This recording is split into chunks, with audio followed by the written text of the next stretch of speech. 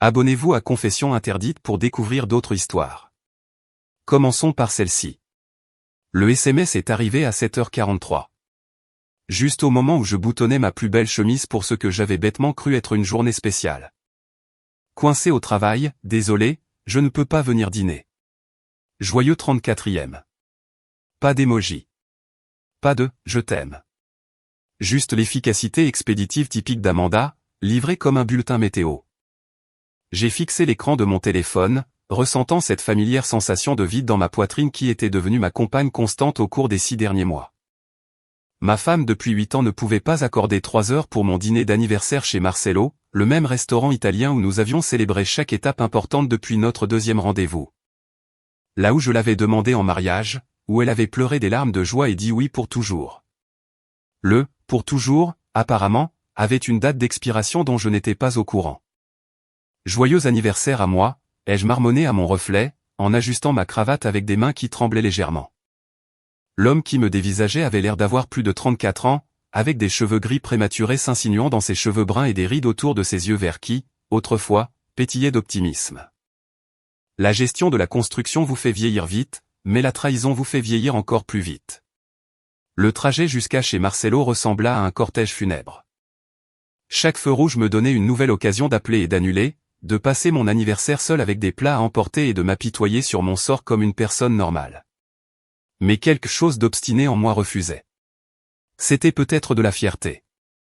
C'était peut-être l'espoir désespéré qu'Amanda me surprenne, qu'elle se pointe avec une explication élaborée et ce sourire radieux qui avait capturé mon cœur à l'université. Le Marcello se dressait sur la 5e rue comme une étreinte chaleureuse, sa façade en briques brillant sous les guirlandes lumineuses qui avaient été témoins d'innombrables célébrations. L'hôtesse, Maria, m'a accueilli avec une chaleur sincère qui m'a serré la poitrine. « Monsieur Landon, votre table habituelle ?» Son sourire a vacillé lorsqu'elle a réalisé que j'étais seul. « Madame Landon est en retard ?» Coincé au travail, ai-je répété l'excuse d'Amanda, les mots ayant un goût amer. « Juste moi ce soir. » L'expression de Maria s'est adoucie avec ce genre de pitié qui vous donne envie de disparaître. « Bien sûr. Par ici. » La table pour deux m'a paru énorme alors que j'étais le seul à l'occuper. J'ai commandé le vin préféré d'Amanda par habitude, puis je suis passé au whisky quand l'ironie est devenue insupportable. La salle à manger bourdonnait de couples partageant des conversations intimes, de familles célébrant, d'amis riant autour d'assiettes partagées. Je me suis assis au milieu de tout cela comme un fantôme à sa propre veillée funèbre. Mon téléphone restait obstinément silencieux. Pas d'appel d'anniversaire de la part d'amis qui avaient progressivement cessé de donner signe de vie à mesure que le cercle social d'Amanda avait consumé le nôtre. Aucun message de mon frère Kyle, qui était mystérieusement absent des réunions de famille ces derniers temps. Même mes parents, retraités et vivant leur meilleure vie en Floride, avaient apparemment oublié l'anniversaire de leur fils aîné. Le poulet à la parmigiana est arrivé parfaitement préparé, comme toujours. J'ai mangé machinalement, ne goûtant à rien, regardant les autres convives jeter des regards furtifs à l'homme triste dînant seul lors de ce qui était de toute évidence une occasion spéciale. Le whisky a aidé à estomper les contours de mon humiliation, mais il n'a pas pu dissiper la certitude grandissante que mon mariage était terminé. À 21h30, j'avais fait durer le repas aussi longtemps que possible. Le coup de feu du dîner avait laissé place à une foule plus calme, principalement des couples s'attardant sur le dessert et le vin. J'ai fait signe pour demander l'addition, prêt à mettre fin à cette mascarade pathétique et à rentrer chez moi, dans ma maison vide. Marco, l'un des plus jeunes serveurs, s'est approché avec le porte-addition en cuir. Je le voyais dans les parages depuis des mois, mais je ne lui avais jamais vraiment parlé. Il avait peut-être 22 ans, avec une énergie nerveuse et des yeux qui semblaient tout remarquer. Ce soir, ses yeux contenaient quelque chose qui m'a noué l'estomac. « Votre repas, monsieur ?» a-t-il dit en posant le porte-addition. Puis il s'est penché, sa voix tombant à peine au-dessus d'un murmure. « Je suis désolé, mais j'ai pensé que vous devriez savoir. Votre femme est dans le salon privé numéro 4 avec son fiancé. » Les mots m'ont frappé comme un coup physique. J'ai dévisagé Marco, certain d'avoir mal entendu. « Qu'est-ce que vous avez dit ?» Son visage a rougi, mais il a soutenu mon regard. « Je suis désolé, monsieur Landon. Je l'ai reconnu de toutes les fois où vous êtes venus ici ensemble. Elle vient avec un autre homme depuis des semaines. Ce soir, ils célèbrent leurs fiançailles. J'ai pensé. J'ai pensé que vous devriez savoir. Le porte-addition est tombé de mes doigts engourdis. Fiancé. Fiançailles. Les mots ricochaient dans mon crâne comme des balles. Amanda n'était pas coincée au travail. Elle était à 15 mètres de là, en train de célébrer ses fiançailles avec un autre homme pendant que j'étais assis seul pour mon anniversaire, comme un idiot. La salle 4 ? Ma voix semblait étrangère à mes propres oreilles. Marco a hoché la tête, misérable. Au bout du couloir, après les toilettes, monsieur. Je suis vraiment désolé. Je me suis levé sur des jambes chancelantes, le whisky et le choc faisant tanguer la pièce. La marche vers les salons privés a semblé interminable, chaque pas me rapprochant d'une vérité à laquelle je n'étais pas sûr de pouvoir survivre. Le couloir était faiblement éclairé, intime, conçu pour des dîners romantiques et des réunions d'affaires nécessitant de l'intimité. La porte de la salle 4 était légèrement entr'ouverte, une lumière chaude se répandant dans le corridor.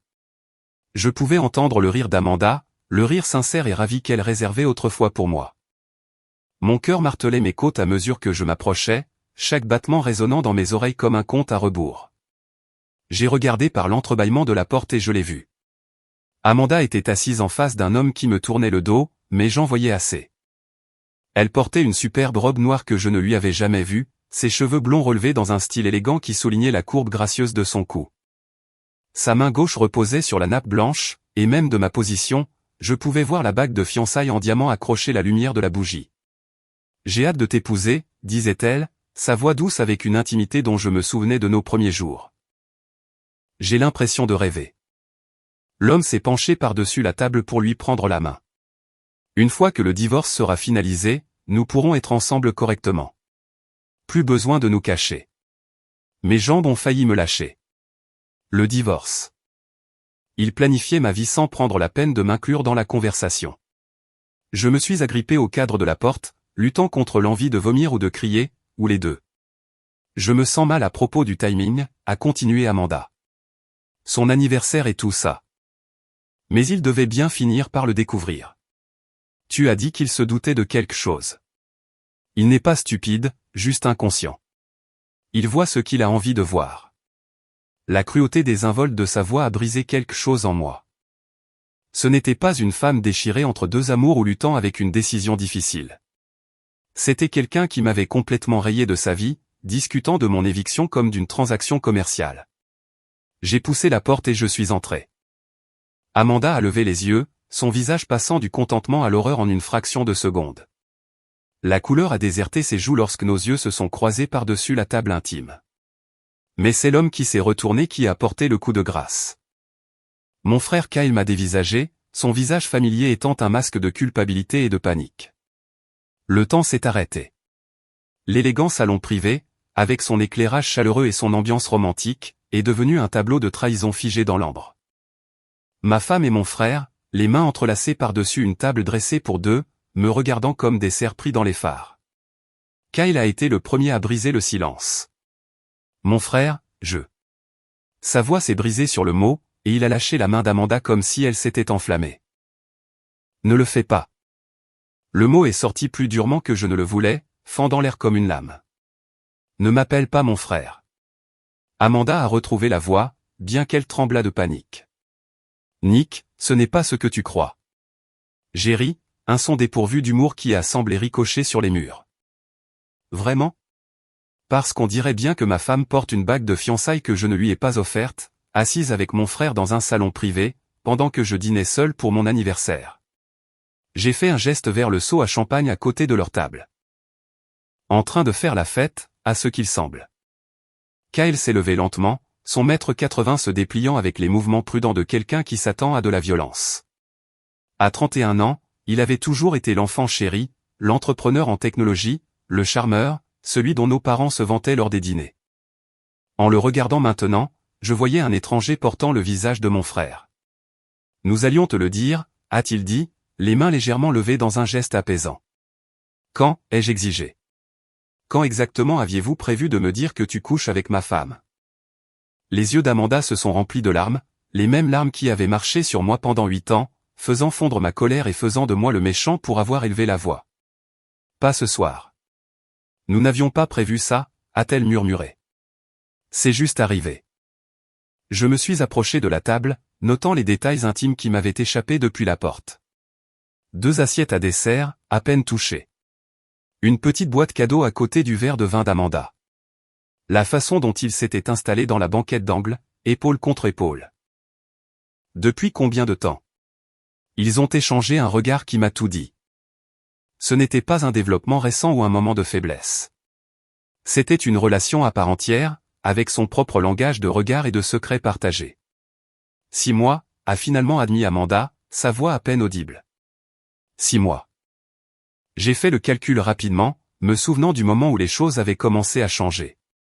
Quand Amanda avait commencé à travailler tard plus souvent. Quand Kyle avait arrêté de venir au dîner de famille. Quand ma femme avait commencé à porter de nouveaux vêtements et bijoux qu'elle prétendait avoir achetés en solde. 6 mois, ai-je répété. Pendant que je faisais des semaines de 60 heures pour payer la rénovation de la maison que tu voulais. Pendant que je planifiais notre voyage d'anniversaire de mariage en Italie. Pendant que j'étais. Je me suis arrêté, les mots m'étouffant. Kyle s'est avancé, ses instincts d'homme d'affaires reprenant le dessus. Écoute, je sais que c'est un choc, mais nous sommes tous des adultes ici. Ce sont des choses qui arrivent. Nous pouvons régler ça de manière civilisée. Le rejet désinvolte de ma douleur a enflammé quelque chose de primitif dans ma poitrine. Civilisé? Tu baises ma femme depuis 6 mois et tu veux régler ça de manière civilisée. Ne rends pas les choses plus difficiles qu'elles ne doivent l'être, a dit Amanda, ses larmes séchant à mesure que ses murs défensifs se dressaient. Nous avons essayé de faire en sorte que ça marche, mais nous ne sommes pas heureux ensemble. Nous ne le sommes plus depuis longtemps. Nous. Je l'ai dévisagé, voyant clair pour la première fois depuis des mois. Je ne savais pas que nous étions malheureux. Mais bon, je ne savais pas grand-chose, apparemment. Elle a levé le menton avec cette défiance que j'avais autrefois trouvée séduisante. Tu ne vas pas me dire que tu n'as pas senti la distance entre nous. Je l'ai senti. Je pensais que c'était le stress du travail, ou la rénovation de la maison, ou juste des trucs normaux de couple. Je ne pensais pas que c'était parce que tu planifiais ton prochain mariage tout en étant encore dans celui-ci. Kyle s'est éclairci la gorge. Amanda a déposé les papiers de séparation la semaine dernière. Son avocat aurait dû. Je n'ai jamais reçu le moindre papier, les jeux coupés. Mais j'ai bien reçu un SMS ce matin me souhaitant un joyeux anniversaire et prétendant que tu étais coincé au travail. J'ai regardé Amanda. Et où exactement lui as-tu dit que tu étais, ce soir? Son silence lui servit de réponse. Elle nous avait menti à tous les deux, nous montant l'un contre l'autre pendant qu'elle orchestrait sa transition parfaite d'un frère à l'autre. Elle m'a dit que tu étais au courant pour nous, a dit doucement Kyle, la réalisation pointant dans ses yeux. Elle a dit que tu avais accepté un divorce à l'amiable. J'ai presque eu de la peine pour lui. Presque. Félicitations, Kyle. Tu es fiancé à une menteuse. J'espère que ça marchera mieux pour toi que pour moi. Le masque d'Amanda a complètement glissé. Ne joue pas à la victime ici, Nick. Tu es émotionnellement absent depuis des années. J'avais besoin de quelqu'un qui fasse vraiment attention à moi. Alors tu as choisi mon frère. J'ai choisi quelqu'un qui me fait me sentir à nouveau vivante. Les mots ont fait mouche, mais au lieu de la douleur, j'ai ressenti autre chose. De la clarté. Cette femme que j'aimais depuis l'université, avec qui j'avais construit une vie, à qui j'avais tout confié, était une étrangère. L'Amanda que j'avais épousée n'aurait pas fait ça. Peut-être n'avait-elle même jamais existé. C'est quand, le mariage, ai-je demandé sur le ton de la conversation. Ils ont semblé surpris par mon calme soudain. Kyle a répondu prudemment. Nous n'avons pas encore fixé de date. Nous voulions attendre que mon divorce soit finalisé. Bien sûr. J'ai hoché la tête comme si cela prenait tout son sens. Et où avez-vous l'intention de vivre? Notre maison a de si bons souvenirs. Amanda a tressailli. Nick, ne quoi? Ne pas poser de questions pratiques sur la façon dont vous avez démantelé ma vie? J'ai sorti mon téléphone et ouvert l'application appareil photo. Souriez, vous deux. C'est définitivement un moment qui vaut la peine de s'en souvenir. Kyle s'est jeté en avant. Range ça. Pourquoi? Tu n'es pas fier de votre histoire d'amour? Un frère vole la femme de son frère, fait sa demande dans le même restaurant où le mari est assis seul pour son anniversaire? J'ai pris plusieurs photos avant que Kyle ne puisse m'atteindre. Ça va faire une super histoire pour les repas de famille. Il n'y aura plus de repas de famille, a dit froidement Amanda. Plus après ce soir. Elle avait raison, bien sûr. Ce moment avait brisé plus que mon simple mariage. Il avait détruit ma famille, ma confiance, ma compréhension des personnes que j'aimais le plus. Mais alors que je regardais leur visage coupable, j'ai réalisé quelque chose sur lequel ils n'avaient pas compté. J'en avais fini d'être la victime. Tu as tout à fait raison, ai-je dit en empochant mon téléphone. Il n'y aura plus de réunion de famille. Parce qu'après ce soir, aucun de vous deux n'aura de famille avec qui se réunir. Je me suis retourné et je suis sorti de la salle à manger privée numéro 4, laissant ma femme et mon frère à leur champagne et à leur conscience coupable. Derrière moi, j'ai entendu Amanda appeler mon nom, mais je ne me suis pas retourné. La salle à manger principale s'était en grande partie vidée, mais le personnel a observé ma sortie avec l'horreur fascinée de ceux qui assistent à un accident de voiture. Marco, le jeune serveur à l'origine de cette révélation, m'a adressé un signe de tête compatissant à mon passage. J'ai jeté un billet de $100 sur ma table d'origine et je suis sorti dans l'air frais de la nuit, mon esprit bouillonnant déjà de possibilités. Amanda et Kyle pensaient avoir été intelligents, planifiant leur avenir tout en me gardant dans l'ignorance. Ils pensaient que j'allais me coucher et accepter leur trahison avec la même acceptation passive dont j'avais fait preuve pendant des années. Ils étaient sur le point d'apprendre à quel point ils se trompaient. J'ai conduit jusqu'à la maison à travers des rues désertes, mes mains fermes sur le volant malgré la tempête qui faisait rage dans ma poitrine. La maison qu'Amanda et moi avions achetée il y a 5 ans était sombre et silencieuse. Sa façade de style néo-Tudor dissimulait les mensonges qui avaient pourri à l'intérieur. La maison de nos rêves était devenue un mausolée de fausses promesses. La première chose que j'ai faite a été de changer les serrures. Ça m'a pris jusqu'à 3 heures du matin, travaillant à la lumière du porche avec des outils de mon entreprise de construction. Chaque goupille qui se mettait en place résonnait comme une petite victoire. Une infime reprise de contrôle. À l'aube, chaque entrée de la maison qui portait mon nom sur l'acte de propriété avait de nouvelles ferrures.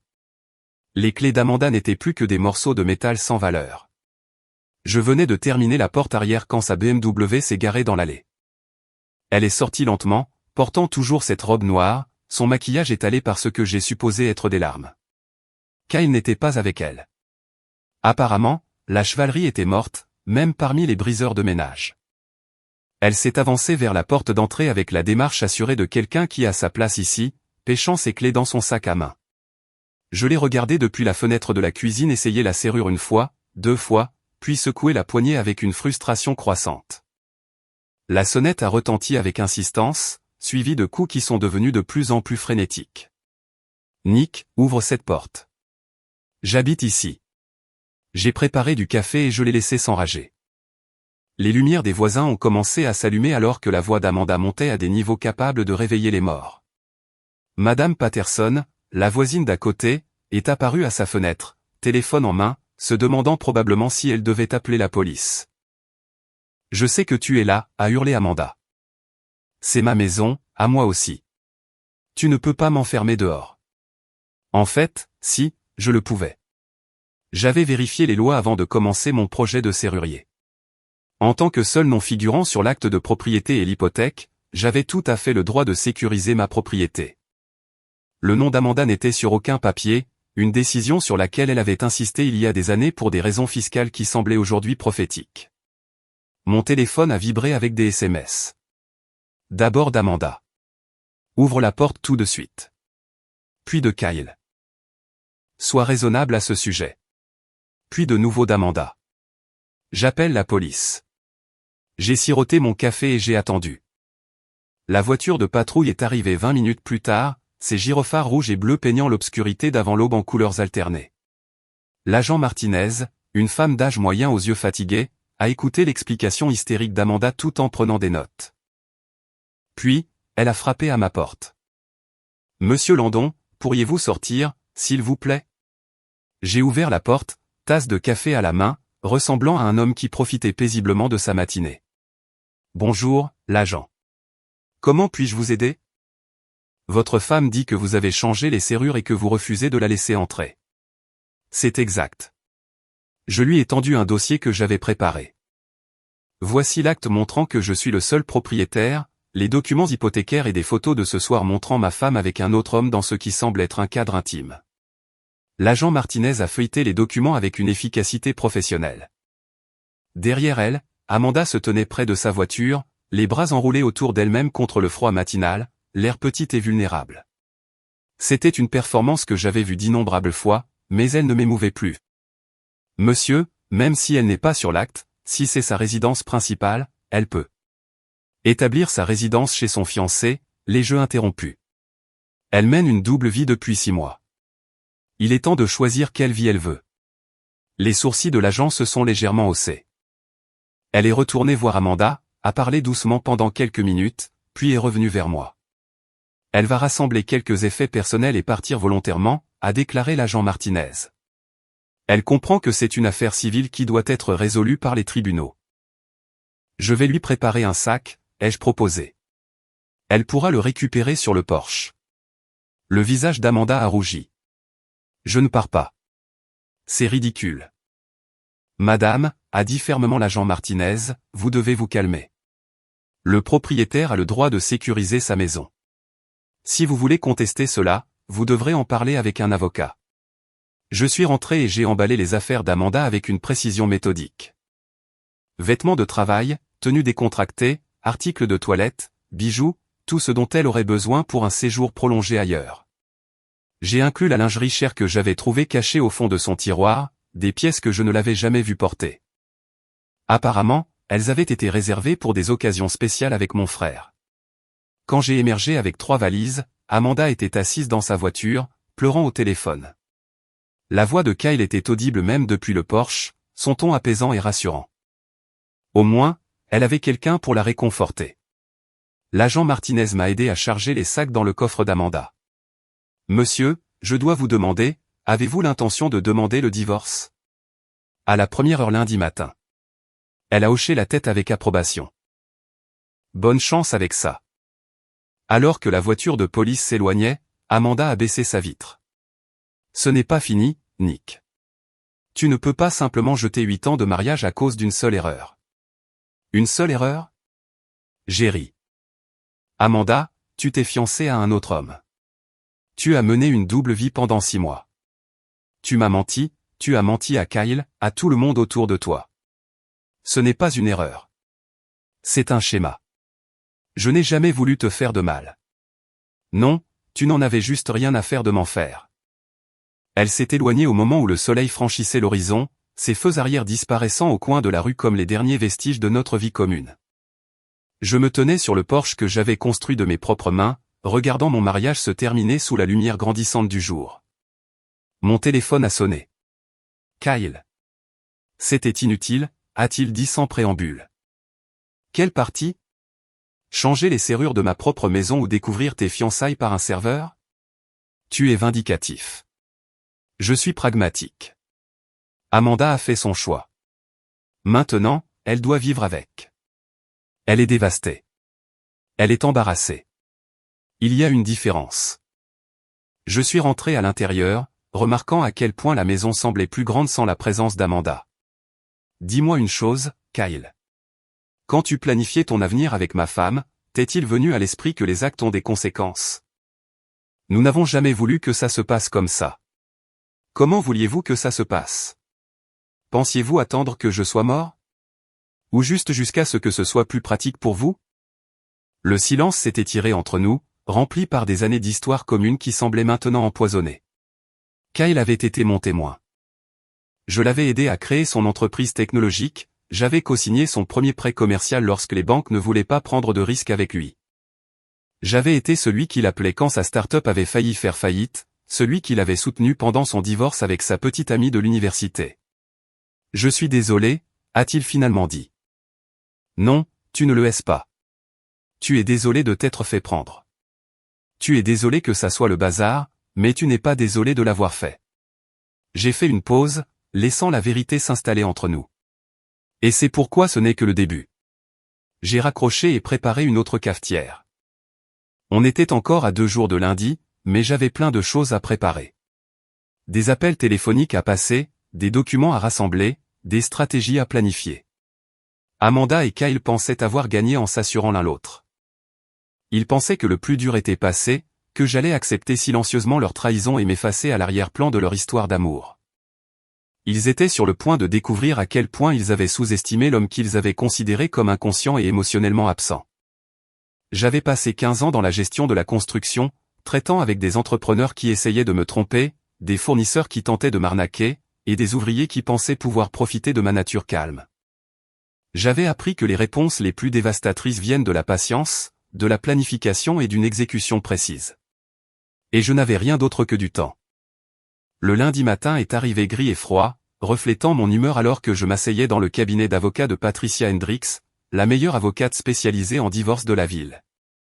Son bureau d'angle offrait une vue sur le centre-ville, ses fenêtres donnant sur le palais de justice où mon mariage allait officiellement mourir. Patricia était une femme d'une 50aine d'années, avec des cheveux gris acier et des yeux qui ne laissaient rien passer.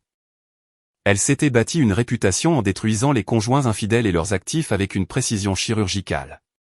Ses honoraires étaient élevés, mais en la regardant feuilleter la documentation que j'avais assemblée pendant le week-end, j'ai su qu'elle valait chaque centime. C'est une excellente préparation, a-t-elle dit en posant le dossier que j'avais réuni. Photos, relevés téléphoniques, relevés financiers, témoignages du personnel du restaurant. Vous avez fait mon travail à ma place.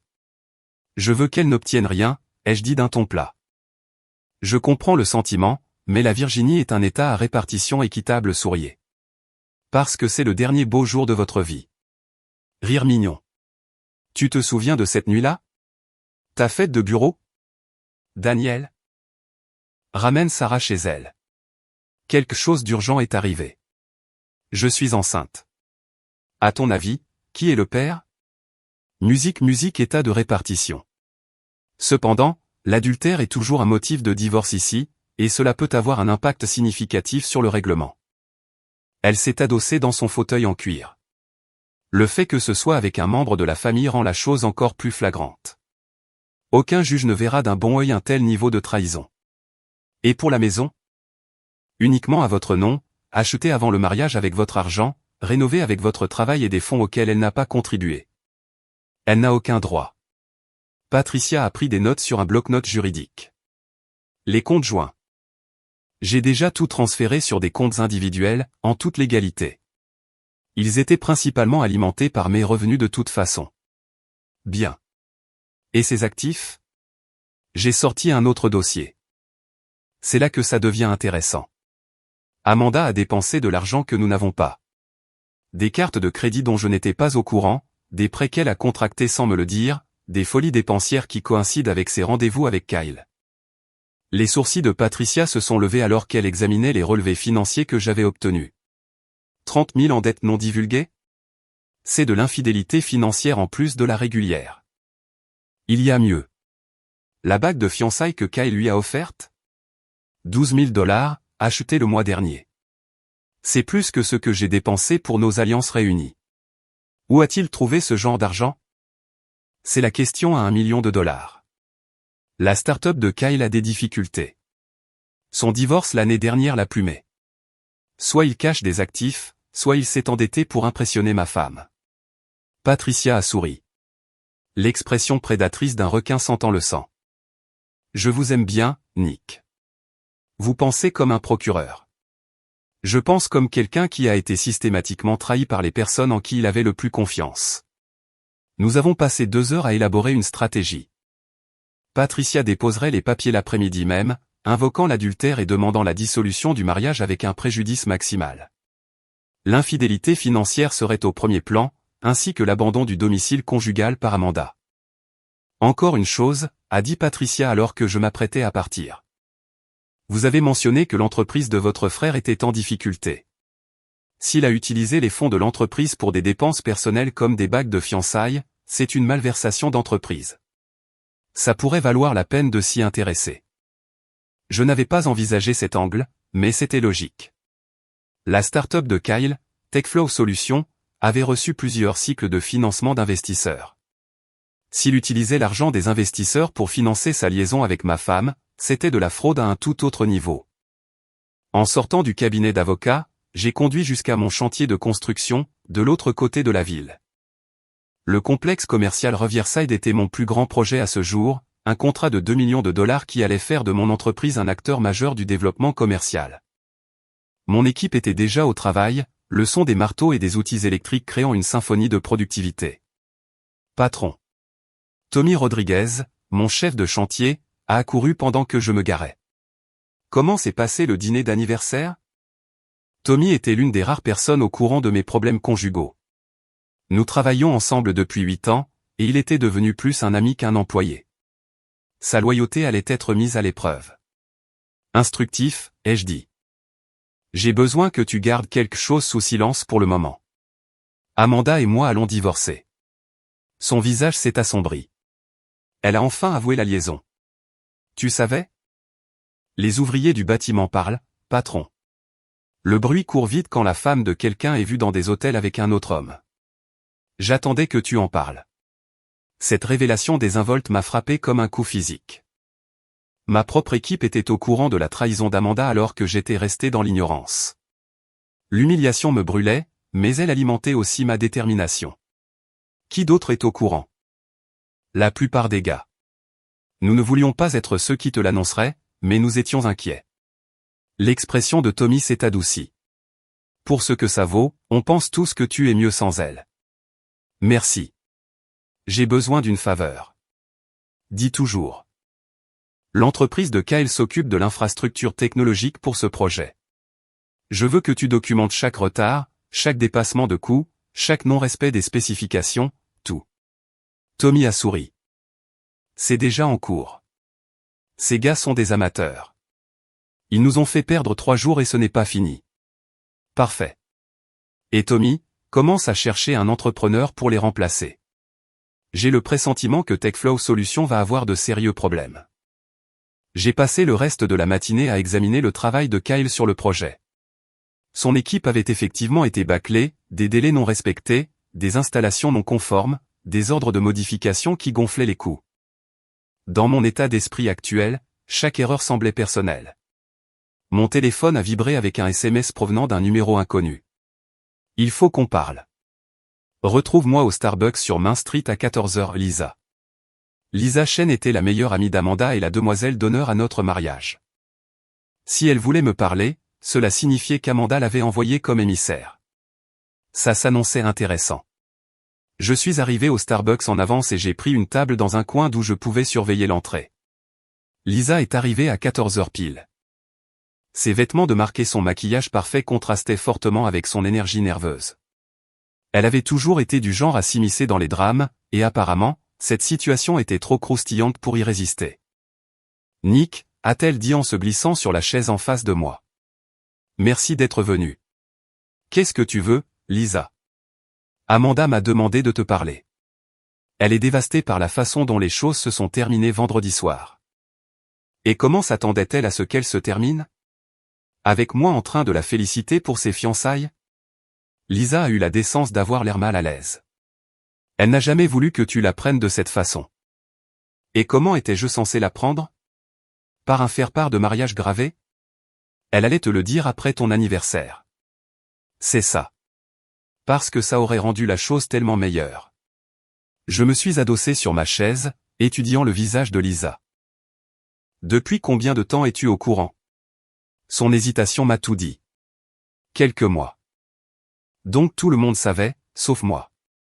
Ma femme, mon frère, les amis de ma femme, ma propre équipe de construction. J'étais le seul à vivre dans l'ignorance. Ce n'était pas comme ça. C'était exactement comme ça. Vous avez tous décidé que j'étais trop stupide ou trop faible pour supporter la vérité, alors vous m'avez laissé vivre dans un fantasme pendant qu'ils planifiaient leur avenir dans mon dos. L'assurance de Lisa s'est fissurée. Elle aime Kyle, Nick. Elle l'aime vraiment. Je ne l'ai jamais vue aussi heureuse. Elle m'a aimé autrefois, elle aussi, ou du moins elle le prétendait. Combien de temps penses-tu que celui-ci va durer? Ce n'est pas juste. Juste? J'ai ri, attirant les regards des autres clients. Lisa, ma femme a passé 6 mois à me mentir effrontément tout en couchant avec mon frère. Elle s'est fiancée alors qu'elle était encore mariée avec moi. Elle a accumulé $30 000 de dettes dont je ne savais rien. Et tu veux me parler de ce qui est juste? Elle a fait des erreurs. Elle a fait des choix. Des choix délibérés, calculés. Et maintenant, elle doit vivre avec les conséquences. Lisa s'est penchée en avant, sa voix tombant à un murmure. Elle a peur, Nick. Elle n'a nulle part où aller. Elle a Kyle. Son appartement est minuscule. Et son ex-femme lui complique les choses avec la garde de leur fille. Pas mon problème. Elle a juste besoin d'un peu de temps pour s'organiser. Tu pourrais peut-être la laisser rester à la maison pendant quelques semaines. Absolument pas. Elle est prête à payer un loyer. Avec quel argent? Les 30 000 $ de dette de carte de crédit qu'elle a sur le dos. Le visage de Lisa a rougi. Tu es cruel. Je suis pragmatique. Amanda a fait son lit, littéralement, avec mon frère. Maintenant, elle doit y coucher. Je me suis levé pour partir, mais Lisa m'a attrapé par le bras. S'il te plaît, Nick. C'est ma meilleure amie. Je t'en supplie, fais preuve d'un peu de compassion. Où était sa compassion lorsqu'elle détruisait ma vie? Où était la tienne quand tu l'as aidée à cacher la vérité? Je me suis libéré de son emprise. Dis à Amanda que si elle veut communiquer avec moi, elle peut le faire par l'intermédiaire de ses avocats. Elisa, ne me contacte plus. Je suis sorti du Starbucks en me sentant plus léger que je ne l'avais été depuis des mois. Chaque pont que je brûlais supprimait une autre voie à la manipulation et aux faux espoirs. Amanda et Kyle avaient détruit ma capacité à faire confiance, mais ils m'avaient aussi libéré de l'obligation d'être le gentil garçon qui fait toujours passer les autres en premier. Ce soir-là, j'ai passé un appel à Marcus Webb, un détective privé avec qui j'avais travaillé sur des affaires d'assurance construction. Si Amanda et Kyle pensaient que leur secret était en sécurité, ils étaient sur le point d'apprendre le contraire. J'ai besoin d'une vérification complète de leurs antécédents, ai-je dit à Marcus. Dossier financier, relevé téléphonique, reçu d'hôtel, tout ce que tu peux obtenir légalement. Jusqu'à quelle profondeur veux-tu que je creuse? Jusqu'à la roche-mère.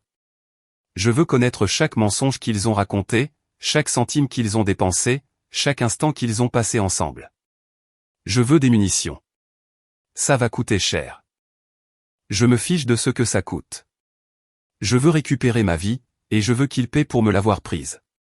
En raccrochant, j'ai ressenti quelque chose que je n'avais pas éprouvé depuis des mois. De l'espoir. Pas pour une réconciliation ou un pardon, mais pour que justice soit faite. Amanda et Kyle avaient joué leur partie en pensant détenir toutes les cartes. Ils allaient bientôt découvrir que j'avais gardé des as dans ma manche depuis le début. Marcus Webb m'a appelé le jeudi matin avec des nouvelles qui ont dépassé mes attentes les plus folles. Nous nous sommes retrouvés dans un dîner en périphérie de la ville, à l'abri des regards indiscrets et des visages familiers. Marcus était un homme trapu d'une quarantaine d'années avec le comportement patient de quelqu'un qui a passé des années à découvrir les secrets des autres. Ton frère est dans le pétrin plus que tu ne le pensais, a-t-il dit en faisant glisser un épais dossier sur la table en formica. TechFlow Solutions perd de l'argent à flot. Il a 3 mois de retard sur le loyer du bureau, il doit plus de 100 000 $ à ses fournisseurs et son associé menace de porter plainte. J'ai ouvert le dossier, parcourant les documents financiers qui peignaient le tableau d'un désastre corporatif. Comment paie-t-il quoi que ce soit? Des cartes de crédit, principalement. Il a atteint le plafond de 12 comptes différents. La bague de fiançailles a été achetée avec une avance de fonds qui l'a fait dépasser sa limite. Marcus a bu une gorgée de son café, observant ma réaction. Mais voici la partie intéressante. Il a dit aux investisseurs que TechFlow a des contrats majeurs en vue, y compris ton projet de centre commercial. Ce contrat vaut 40 000. On est loin d'un contrat majeur. Il a gonflé les chiffres, disant aux investisseurs potentiels que c'est un accord de 200 000 $ avec des renouvellements garantis. Je me suis adossé, assimilant les implications. C'est de la fraude en valeur mobilière. Il y a mieux. Il a utilisé ses prévisions gonflées pour obtenir un prêt relais de Meridian Capital. 250 000 $ qu'il est censé rembourser quand les gros contrats arriveront. Où est l'argent? Marcus est passé à une autre section du dossier. Cautionnement d'appartement pour lui et Amanda, location d'une nouvelle voiture, dîner coûteux, hôtel, bijoux. Il vit comme un millionnaire avec de l'argent emprunté. Et quand le prêt arrivera à échéance? Le mois prochain.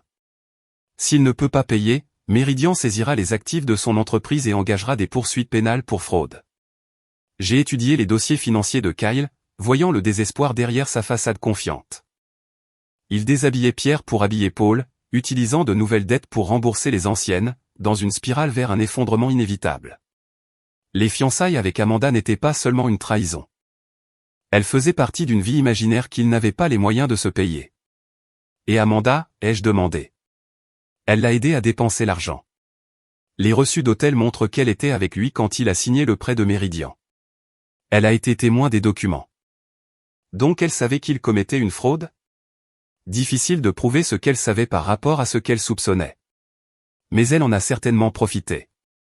Marcus a sorti une autre série de documents. Ses dépenses ont considérablement augmenté après qu'ils ont commencé à se fréquenter. Vêtements de marque, soins au spa. Dîners onéreux. Elle a vécu comme une femme dont le petit ami a de l'argent.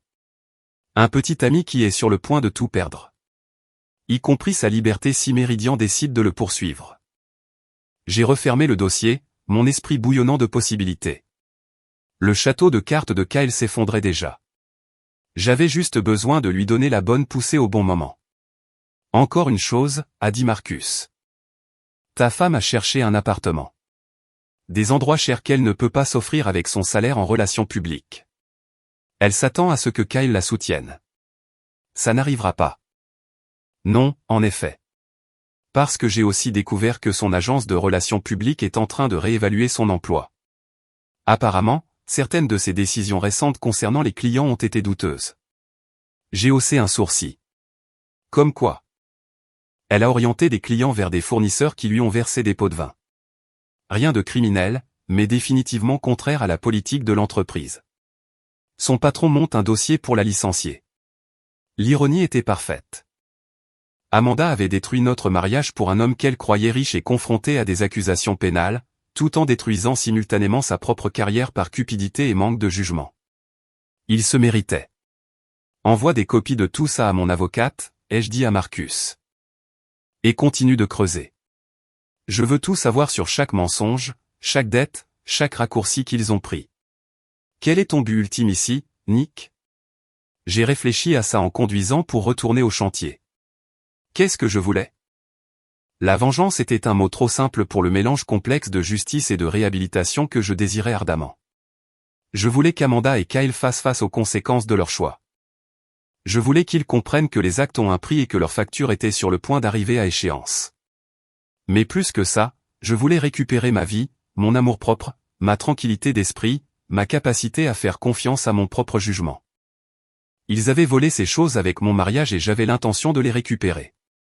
Sur le chantier de construction, j'ai trouvé Tommy en train de se disputer avec l'un des techniciens de Kyle au sujet d'une installation réseau ratée. Le jeune homme avait l'air harcelé et sur la défensive, clairement dépassé par les événements. Quel est le problème, ai-je demandé. Ils ont fait passer un câble à fibre optique à travers un mur porteur sans permis, a expliqué Tommy. L'inspecteur de la ville a mis une étiquette rouge sur toute la section. On est à l'arrêt jusqu'à ce que ce soit réparé. Combien de temps? 2 jours minimum, peut-être 3. J'ai regardé le technicien qui envoyait frénétiquement des SMS sur son téléphone. Où est votre patron? Monsieur Landon a dit qu'il serait là ce matin, mais il ne répond pas à son téléphone. Kyle était probablement en train de gérer sa propre crise. Meridian Capital avait probablement commencé à poser des questions embarrassantes sur leur prêt. J'ai pris une décision qui m'a semblé à la fois pratique et satisfaisante. Remballez votre équipement, ai-je dit au technicien. Techflow est retiré du projet. Mais monsieur, nous pouvons réparer ça. Vous avez eu 3 chances de bien faire. J'engage un entrepreneur compétent. Je me suis tourné vers Tommy. Appelle Datalink System. Dis-leur que c'est un travail d'urgence et que nous paierons des tarifs majorés pour un service immédiat. Alors que l'équipe de Kyle rangeait ses outils, j'ai ressenti une sinistre satisfaction. Chaque pont brûlé, chaque conséquence imposée, me rapprochait de la justice que je cherchais. L'entreprise de Kyle faisait faillite à cause de son incompétence et de sa fraude, pas de ma vindicte. Je refusais simplement de cautionner ces dysfonctionnements plus longtemps. Mon téléphone a sonné alors que je regardais la camionnette Techflow s'éloigner. Amanda. Tu ne peux pas faire ça, a-t-elle dit sans préambule. Faire quoi? Virer l'entreprise de Kyle. Il a besoin de ce contrat. Il aurait dû y penser avant de commencer à coucher avec ma femme. J'ai fait une pause, savourant sa respiration saccadée. De plus, son travail est en dessous des normes. Je protège mon investissement. Tu es vindicatif. Je suis professionnel, une chose que Kyle devrait essayer de temps en temps. Il a des difficultés en ce moment. Ça pourrait détruire son entreprise. Amanda, il y a 6 jours, tu étais ma femme. Maintenant, tu es sa fiancée défendant ses intérêts commerciaux. Tu vois en quoi cela pourrait être un problème pour moi. Un silence s'est étiré entre nous, chargé du poids d'une confiance détruite et de relations brisées. Je n'ai jamais voulu te blesser, a-t-elle finalement dit.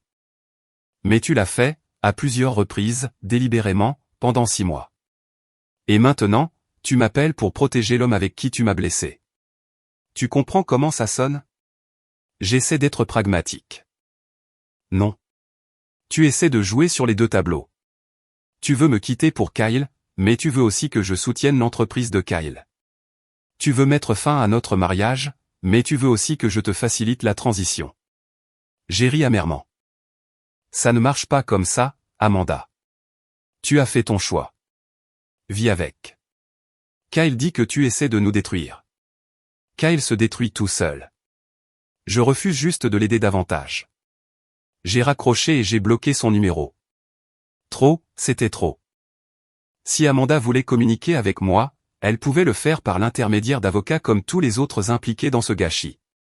Ce soir-là, je me suis assis dans ma maison vide pour revoir les documents que Marcus m'avait fournis.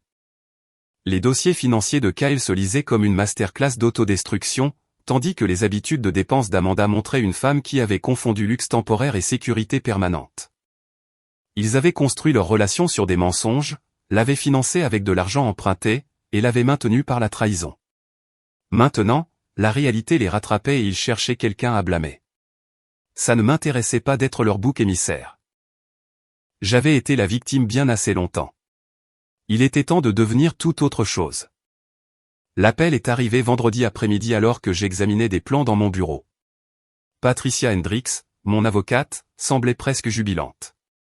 Nick, il faut que vous voyiez ça. Pouvez-vous venir immédiatement? Que s'est-il passé? Votre frère vient de faire une très stupide erreur. À quelle vitesse pouvez-vous arriver ici? J'ai conduit jusqu'à son bureau en un temps record, mon esprit passant en revue toutes les possibilités.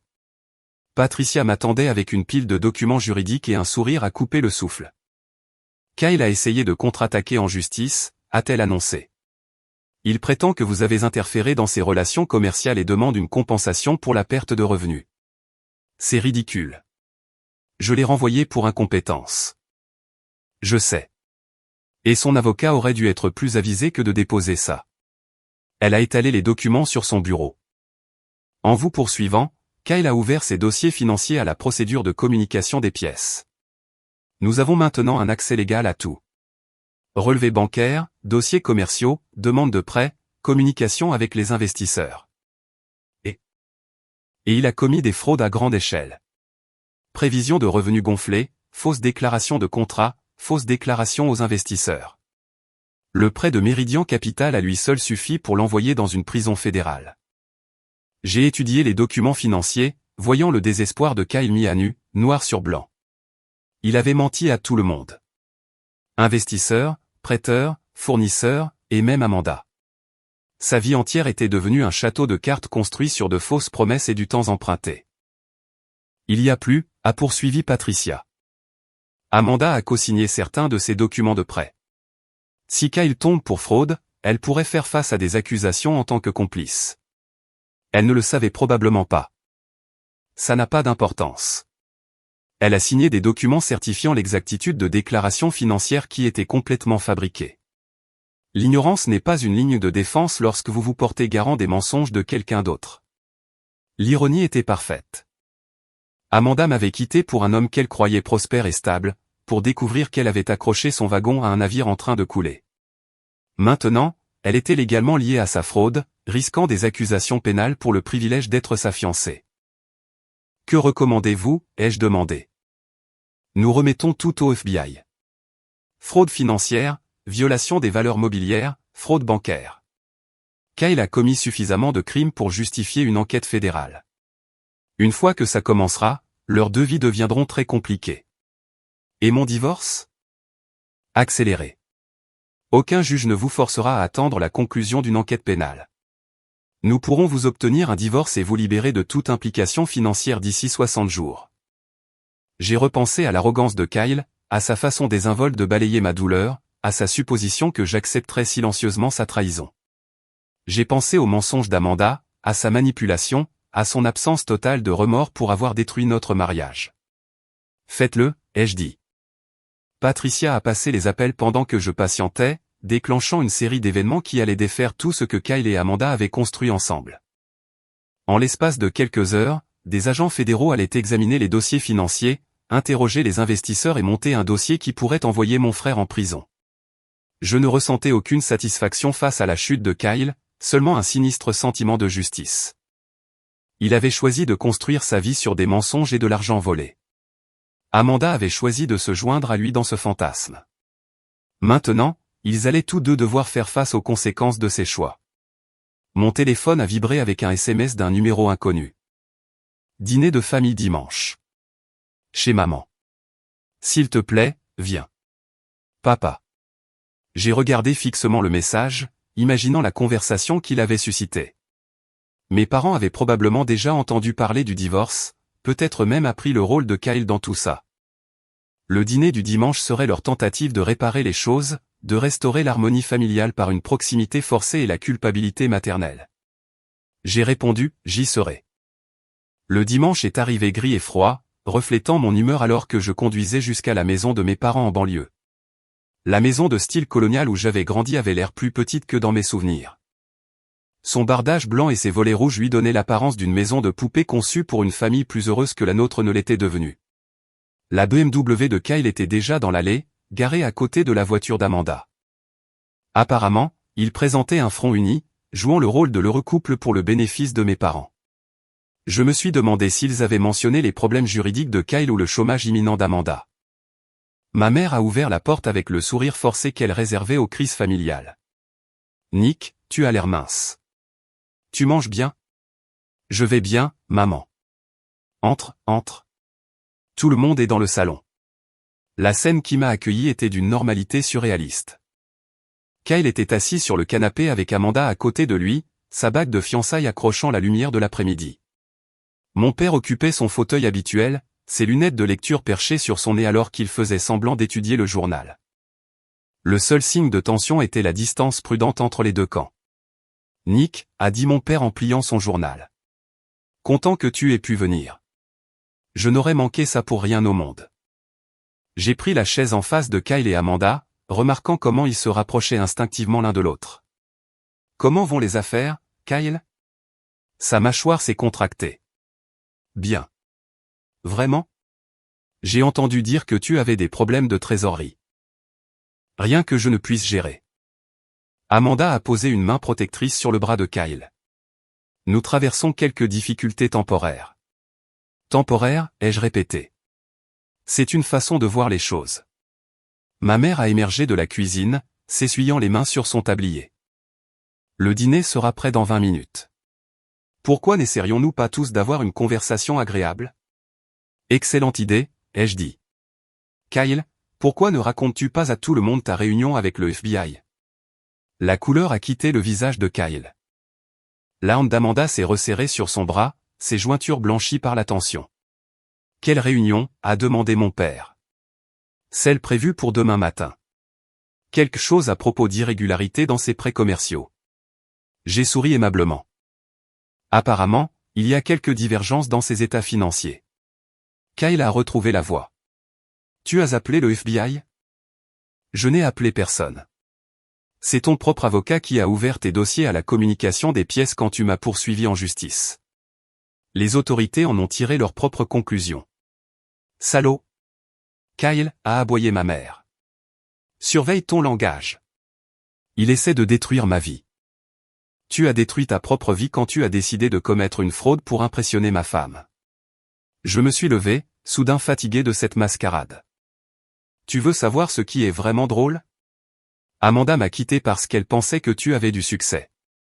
Elle n'avait aucune idée que tu étais fauché et que tu empruntais de l'argent pour payer vos rendez-vous. Le visage d'Amanda a pâli. Ce n'est pas vrai. Demande-lui pour le prêt de Meridian Capital. Demande-lui où il a trouvé l'argent pour ta bague de fiançailles. Demande-lui ce qui va se passer quand le FBI aura terminé son enquête. Kyle s'est levé d'un bond. Tu détruis notre famille. Je n'ai rien détruit. Tu as couché avec ma femme. Tu as menti aux investisseurs. Tu as commis une fraude. J'ai juste refusé de te couvrir plus longtemps. Les garçons, s'il vous plaît, a commencé ma mère. Non, maman. Fini les dîners de famille. Fini de faire semblant que tout va bien. Fini de cautionner l'égoïsme de Kyle. J'ai regardé mes parents, voyant la douleur dans leurs yeux. Je suis désolé qu'on en soit arrivé là, mais je ne m'assiérai pas à la même table que les personnes qui m'ont trahi en faisant semblant que nous sommes toujours une famille. Je me suis dirigé vers la porte, mais la voix de Kyle m'a arrêté. Ce n'est pas fini. Je me suis retourné, le voyant clairement pour la première fois depuis des années. Pas mon petit frère ou l'enfant chéri de la famille, mais un homme désespéré qui avait tout misé et tout perdu. Si, ça l'est, ai-je dit doucement. Ton entreprise est finie. Ta relation avec Amanda a été construite sur des mensonges et de l'argent emprunté. Tu fais face à des accusations fédérales qui pourraient t'envoyer en prison. Et c'est toi seul qui t'es fait ça. Amanda m'aime. Amanda aime l'idée de toi. L'entrepreneur à succès, le charmant petit frère, l'homme qui pourrait lui offrir une vie meilleure. Mais cet homme n'existe pas. Il n'a jamais existé. J'ai regardé Amanda, voyant le doute s'insinuer dans ses yeux alors que la réalité pénétrait son fantasme. Combien de dettes porte-t-il vraiment, Amanda? Quelle part de votre avenir ensemble est financée par de l'argent qu'il n'a pas? Elle n'a pas répondu, mais son silence en disait long. Bonne chance avec le FBI, ai-je dit à Kyle. Tu vas en avoir besoin. Je les ai laissés là, mes parents luttant pour assimiler la destruction de leur famille, Kyle face à l'effondrement de ses mensonges, Amanda confrontée à la réalité de ses choix. Ils allaient devoir trouver leur propre chemin à travers les décombres qu'ils avaient créés. Alors que je m'éloignais de la maison où j'avais grandi, j'ai ressenti quelque chose que je n'avais pas éprouvé depuis des mois. La liberté. Le poids de l'obligation familiale, d'essayer de maintenir des relations avec des gens qui m'avaient trahi, s'est envolé de mes épaules comme un fardeau physique. Mon téléphone a sonné alors que je me garais dans mon allée. Patricia Hendricks. Le FBI veut vous interroger demain, a-t-elle dit. Des questions de routine sur les pratiques commerciales et les déclarations financières de Kyle. Je leur dirai tout ce que je sais. Bien. Et Nick, l'avocat d'Amanda a appelé. Elle veut régler le divorce rapidement et discrètement. Pas de pension alimentaire, pas de réclamation sur les biens. Elle veut juste en finir avant que l'enquête criminelle ne devienne compliquée. D'accord. Vous serez un homme libre d'ici la fin du mois. J'ai raccroché et je suis resté assis dans ma voiture, regardant la maison que j'avais.